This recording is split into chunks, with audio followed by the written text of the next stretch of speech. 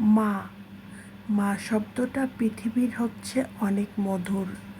অনেকেই মাকে অনেক কিছু বলে ডাকে, কিন্তু মা যখন ছোটোবেলায় বকা দিত তখন বলতাম, এই মা কবে দূরে যাবে, মা কখন কোথাও যাবে, মা কখন দাদির বাসায় যাবে, মা কখন বাইরে যাবে। তাহলে হয়তোবা যে দুষ্টুমিগুলো করতাম সেগুলো থেকে হয়তোবা কিছুক্ষণের জন্য লুকিয়ে যেতে পারতাম।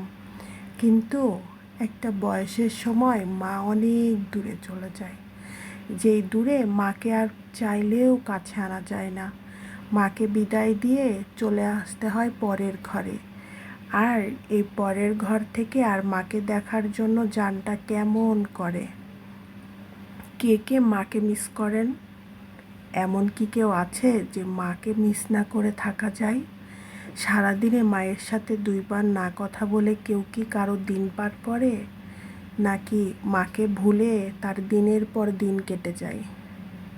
হয়তোবা কারো মা মারা গিয়েছে, এজন্য মায়ের সাথে দেখাও হয় না।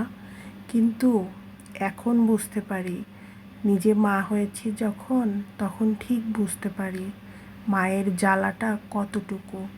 আমি যখন আমার সন্তানকে বকা দেই তখন আমার সন্তানও আমার ওপরে রাগ করে, কিন্তু আমি আমার সন্তানের ওপরে রাগ করে থাকতে পারি না।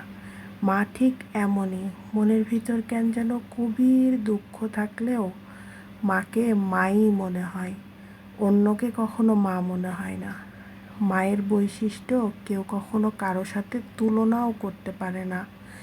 এই যে মায়ের বাসায় গেলে পারে একবেলা হলেও মা মুখে তুলে খাওয়াইয়ে দেয়, মায়ের বাসা থেকে আসার সময় মা বাটি বাটি করে মাংস রান্না করে